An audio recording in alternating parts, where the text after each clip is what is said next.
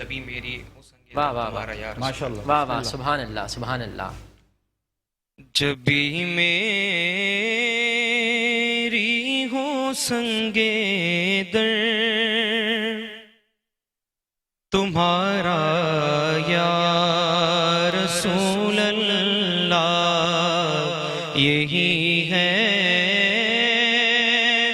ایک جینے کا سہارا یا رسول اللہ، یہی ہے ایک جینے کا سہارا یا رسول اللہ.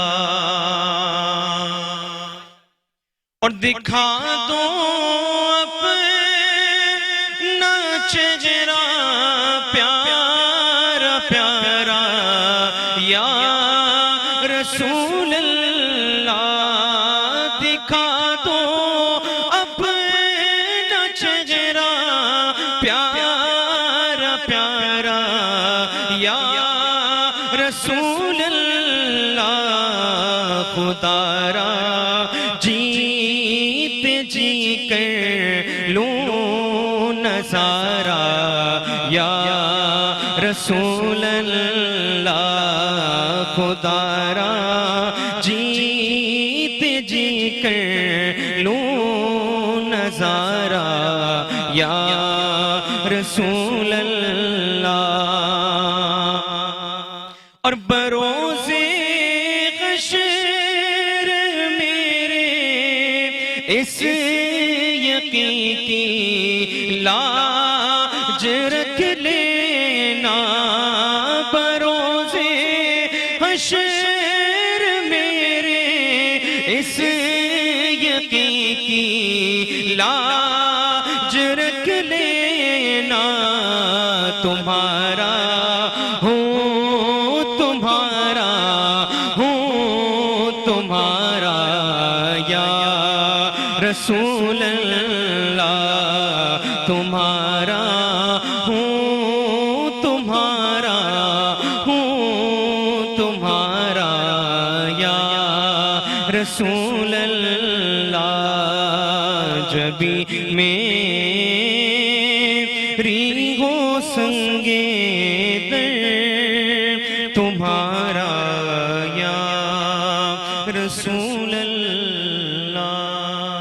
اللہ سبحان اللہ. نور بھائی سرکار کی ثناخوانی کرنا آپ نے کسی سے سیکھا ہے یا اسکول سے پڑھتے ہوئے آئے اور وہی بن گئی؟ الحمدللہ سرکار کی ثناخوانی میں تقریباً اپنی 6 سال کی عمر سے کر رہا ہوں، اور یہ میرے والد محترم اور اس کے بعد الصفا اکیڈمی کے ذریعے بھی میں نے بہت سارے پلیٹ فارم پر الحمدللہ نعتیہ مقابلے میں وہاں پر پوزیشنز حاصل کی ہیں اس میں.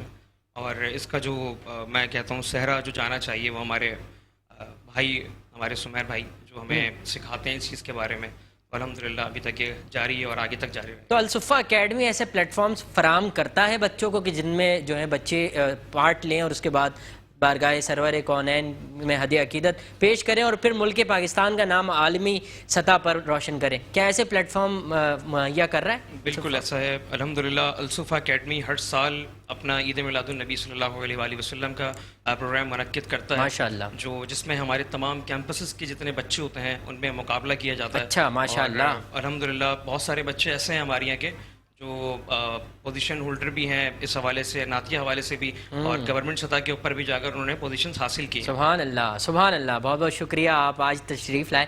سمیر بھائی دوبارہ ٹاپک کی طرف آؤں گا. قرآن مجید فرقان حمید رسول اللہ صلی اللہ علیہ وسلم کے حسن جمال کو کس طرح ڈیفائن کرتا ہے؟ تیرے چہرے کی تابانیاں والضحا، اللہ، تیری زلف کی پرچھائیاں، واللیل اذا سبحان سجا. اللہ. تیرا سراپا یا نبی تفسیر ہے قرآن کی، واللیل منہ طٰہٰ جبیں، والشمس ہے چہرہ تیرا. واہ واہ. کسی صحابی نے حضرت ام عائشہ صدیقہ رضی اللہ تعالیٰ عنہ سے عرض کیا کہ حضور کے اخلاق کیا ہیں؟ تو آپ نے فرمایا کان خلقہ القرآن، کیا تم نے قرآن نہیں پڑھا؟ واہ واہ. حضور کا اخلاق خود قرآن سبحان ہے. اللہ سبحان تو اللہ. جگہ جگہ آپ دیکھیں کہ آقا کریم علیہ الصلوۃ والسلام کی توصیف یہ قرآن بھی کرتا ہوا نظر آتا ہے.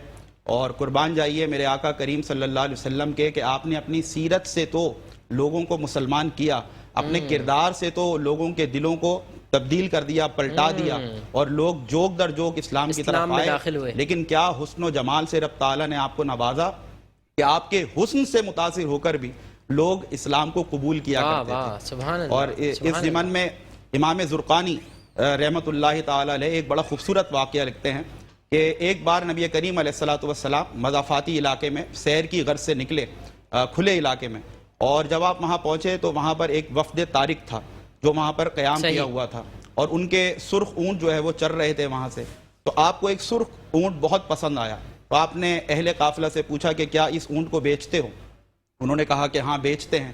تو کیا قیمت لوگے؟ قیمت طے ہوئی، اور آن حضرت صلی اللہ علیہ وسلم نے ان سے فرمایا کہ میں تجارتی غرض سے نہیں آیا تھا، میں تو سیر کے لیے نکلا تھا، یہ اونٹ مجھے پسند آ گیا، یہ اونٹ تم مجھے دے دو، میں کچھ وقت بعد میں اس کی رقم تمہیں شہر بھیج کر لوٹا دوں گا۔ تو انہوں نے کہا کہ ٹھیک ہے، قیمت بھی طے ہو گئی، حضور کے ہاتھ میں اونٹ کی رسی بھی پکڑا دی، حضور وہاں سے تشریف لے گئے، اور وہ دلوں پر ہاتھ رکھ کر وہ اہل قافلہ آن حضرت صلی اللہ علیہ وسلم کو تکتے رہے یہاں تک کہ حضور آنکھوں سے اوجھل ہو گئے، اور پھر آپس میں گفتگو شروع کی کہ یار ہم نے اونٹ کی رقم تو نہیں لی، ہم نے تو یہ ادھار دیا ہے، اور جب کسی کو اونٹ ادھار دیں تو 3 باتیں ہونا ضروری ہیں، یا تو ہم اس کو جانتے ہوں، یا پھر بیچ میں کوئی ضامن ہو کہ بھائی جو ضمانت دے سکے، یا پھر کوئی چیز گروی رکھی جائے۔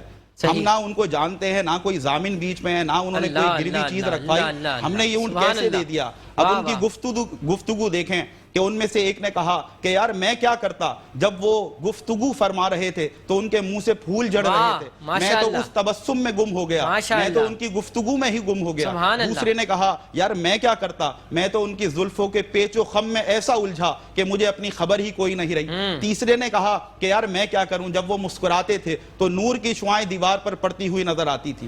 ابھی آپس میں یہ گفتگو جاری تھی کہ اس نتیجے پر پہنچنے لگے یار وہ شخص معاذ اللہ ہم پر اپنا جادو چلا گیا اور وہ ہم سے اونٹ ہتھیا کر لے گیا۔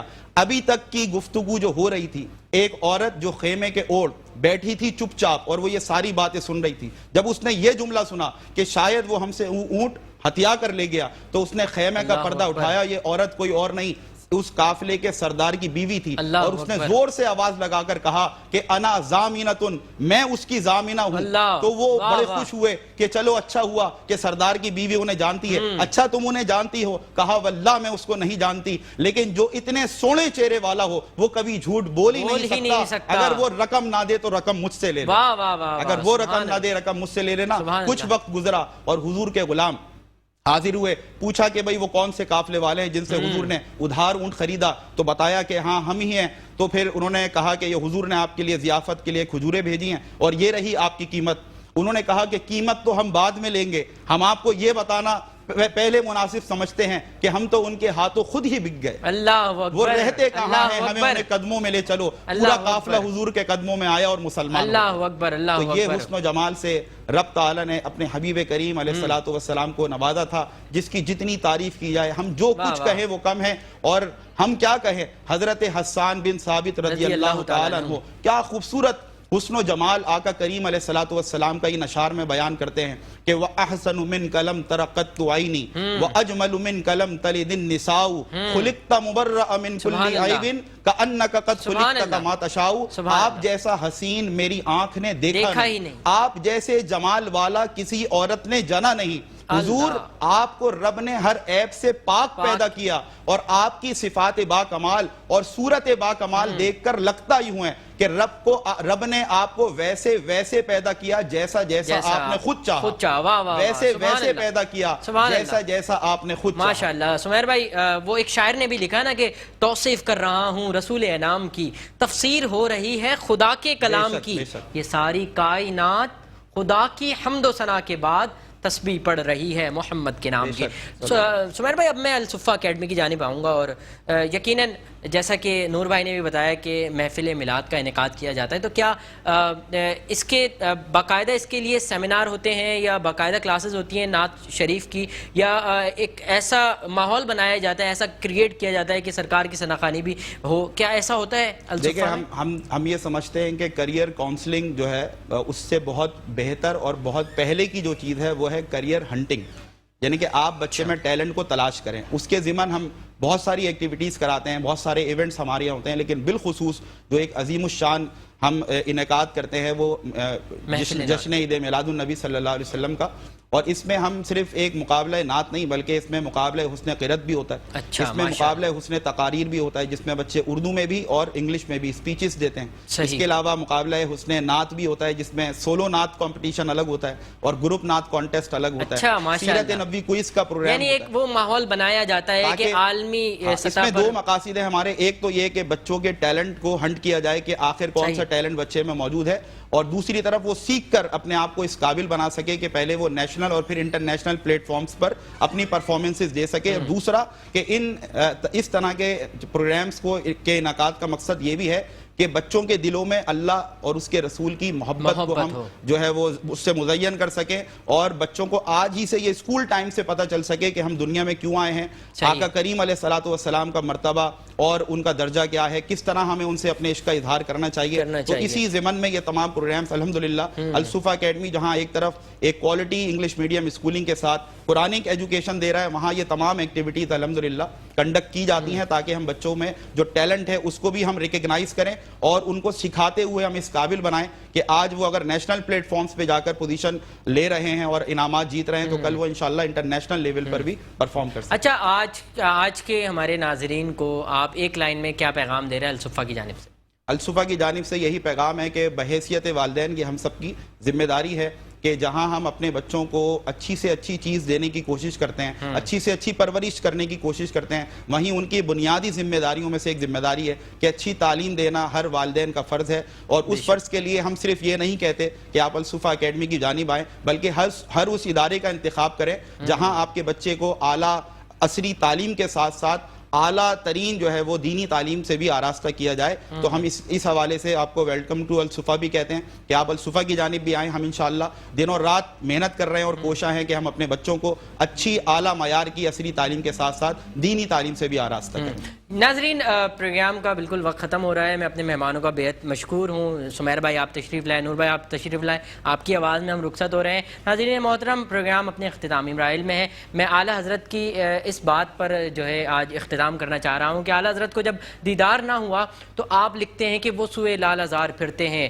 تیرے دن اے بہار پھرتے ہیں, اور جب دیدار ہو جاتا ہے تو کہتے ہیں کہ سرور کہوں کہ مالک و مولا کہوں تجھے, باغ خلیل کا گلے زیبا کہوں تجھے, اللہ ہرے تیرے جسم منور کی تابشیں, اے جانے جاں میں جانے تجلی کہوں تجھے, اے جانے جاں میں جانے تجلی کہوں تجھے. اپنے میزبان سید نعمان گل کو رمضان اور میٹرو کے مہمان سے اجازت دیجیے. انشاءاللہ زندگی رہی, کل پھر ایک نئے ٹاپک کے ساتھ آپ کی خدمت میں آؤں گا. تب تک کے لیے اللہ نگہبان. نور بھائی. جو ہو چکا ہے جو ہوگا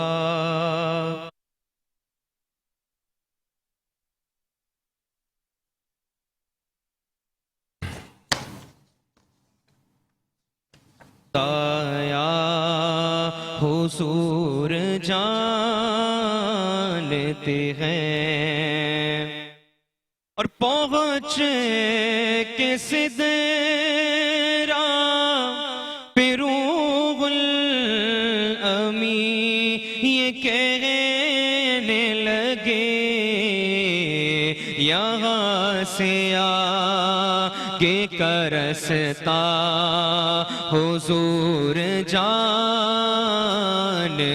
ہیں یہاں سے